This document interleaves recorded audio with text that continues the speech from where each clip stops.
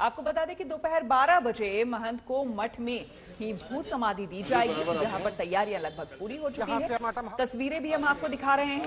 महंत ने अपने suicide note में ये ख्वाहिश, ये इच्छा जाहिर की थी कि मठ के पार्क में ही उन्हें समाधि वहां पर दी जाए जहां पर उनके गुरु की समाधि पहले से ही है। आपको बता दें तैयारियां यहां पर पूरी हो चुकी है और आज शिष्य आनंद गिरी से घंटों तक पूछताछ भी होगी। ये वही आनंद गिरी है जिसका जिक्र महंत नरेंद्र गिरी ने अपने सुसाइड नोट में किया था और साफ तौर पर कहा था कि आनंद गिरी के ही वजह से वो आत्महत्या जैसा कदम उठा रहे हैं। तो आपको 3 तस्वीरें हम दिखा रहे हैं लेटे हनुमान जी के मंदिर की, जहां पर पार्थिव शरीर को लाया जाएगा। कुमार अभिषेक हमारे संवाददाता हमारे साथ जुड़ गए हैं। अभिषेक, आपसे जानना चाहेंगे पार्थिव शरीर अभी कहां पर पहुंचा है और आगे का कार्यक्रम किस तरह से रहने वाला है? बिल्कुल, मैं बात करें। देखिए श्वेता, ये पार्थिव शरीर अब कुछ ही समय में इस बाघंबरी मठ में पहुंचेगा और यहाँ की पूरी तैयारियां हैं। लेकिन हम फिर आपको दिखाएं कि हम उस जगह पर मौजूद हैं जहां पर उन्हें समाधि दी जानी है, उनका समाधि होना है। कुछ देर में मठ में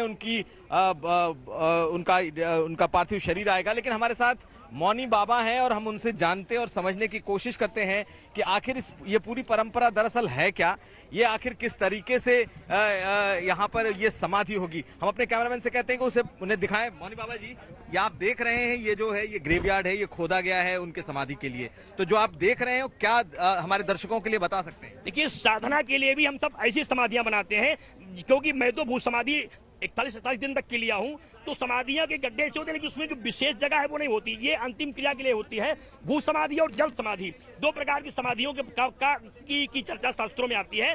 सन्यासी की शरीर की भी 2 समाधियां होती है, एक भू समाधि होती है, एक शरीर छूटने के बाद जल समाधि गंगा जी में की जाती है। ये भू समाधि की व्यवस्था है और अखाड़े के अनुसार इस समाधियों का सारा अनुपालन हो रहा है, क्योंकि ये जल समाधि नहीं, ये भू समाधि है। और भू समाधि में जो सारी परंपराएं हैं वो शास्त्रवत की जाएंगी। उनका पूजन होगा, अर्चन होगा, वंदन होगा और पूरे शास्त्र के जो नियम हैं 16 प्रकार से उनके चंदन, कुमकुम, इत्र, गुलाल, केसर, अंगवस्त्र, पुष्प, हार, नैवेद्य सब समर्पित करेंगे।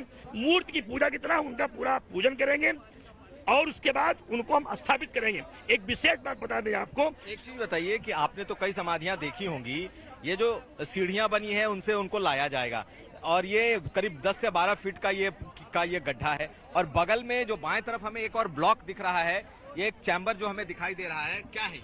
देखिए, वो मुख्य स्थिति का स्थान आप जो देख सकते हैं, कहा जा सकता है कि हम शरीर को वहां सुरक्षित रख सकें, ऐसी स्थिति होती है। कभी कभी मध्य भाग में भी हम समाधियों को रखते हैं, तो यह हमारा समाधि का केंद्र बिंदु है, जहां साधना की दृष्टि से हम उन्हें स्थापित करते हैं और उससे अपनी साधना करके उन्हें आशीर्वाद प्राप्त करते हैं, क्योंकि संतों की स्थिति इस तरीके से संतों की समाधियां करके लोग लाभ प्राप्त करते हैं। तो ये समाधि की स्थिति है। हम दूसरी तरफ दिखा दें, क्योंकि अब जो महंत हैं जो कि बनाए गए हैं उत्तराधिकारी, वो पहुंच चुके हैं उस रथ पर।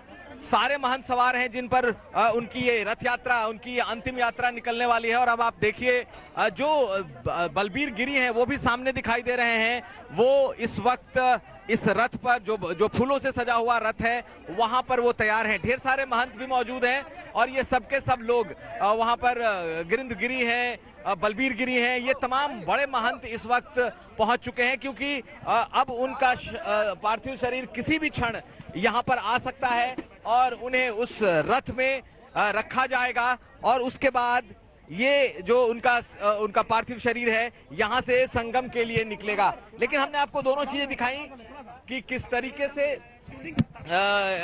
यहाँ पर ये तैयार किया गया है, भूमि समाधि के लिए जगह बनाई गई है और किस तरह की तैयारी इस वक्त उनके आखिरी यात्रा को लेकर की जा रही है, निकाली जा रही है। हम ये भी आपको दिखा रहे हैं।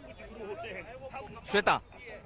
कुमार अभिषेक, ये तस्वीरें आप हमें दिखा रहे हैं, बलबीर गिरी का जिक्र आप कर रहे हैं, जिनका नाम सुसाइड नोट में उत्तराधिकारी तौर पर लिखा गया था। निर्विरोध वो उत्तराधिकारी चुन लिए गए हैं या कोई इसकी भी प्रक्रिया होती है? देखिए, अभी ये प्रक्रिया होनी बाकी है। दरअसल महंत नरेंद्र गिरी ने अपने जो सुसाइड नोट में उनका जिक्र किया है और कहा है कि वो कामकाज देखेंगे, मठ को जैसे संभाल रहे थे अच्छे तरीके से, आगे भी उस मठ को संभालेंगे। कहीं ना कहीं उन्होंने इशारा किया है कि वो उनके उत्तराधिकारी होंगे, लेकिन ये निरंजनी अखाड़ा तय करेगा और उनके जो पंच परमेश्वर हैं ये तय करेंगे कि आखिरी में ये इस मठ का मठाधीश महंत होगा कौन।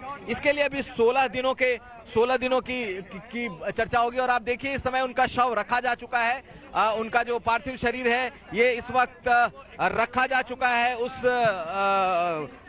रथ पर, और तमाम जो बड़े संत हैं आप देख रहे होंगे उनके साथ दिखाई दे रहे हैं, चाहे वो गिरिंद गिरी हो या फिर ठीक सामने उनके जो शिष्य बड़ी लंबी जटाओं वाले, लंबे बालों वाले, वो वही बलबीर गिरी हैं जो कि फिलहाल इस मठ की महंती को संभालेंगे।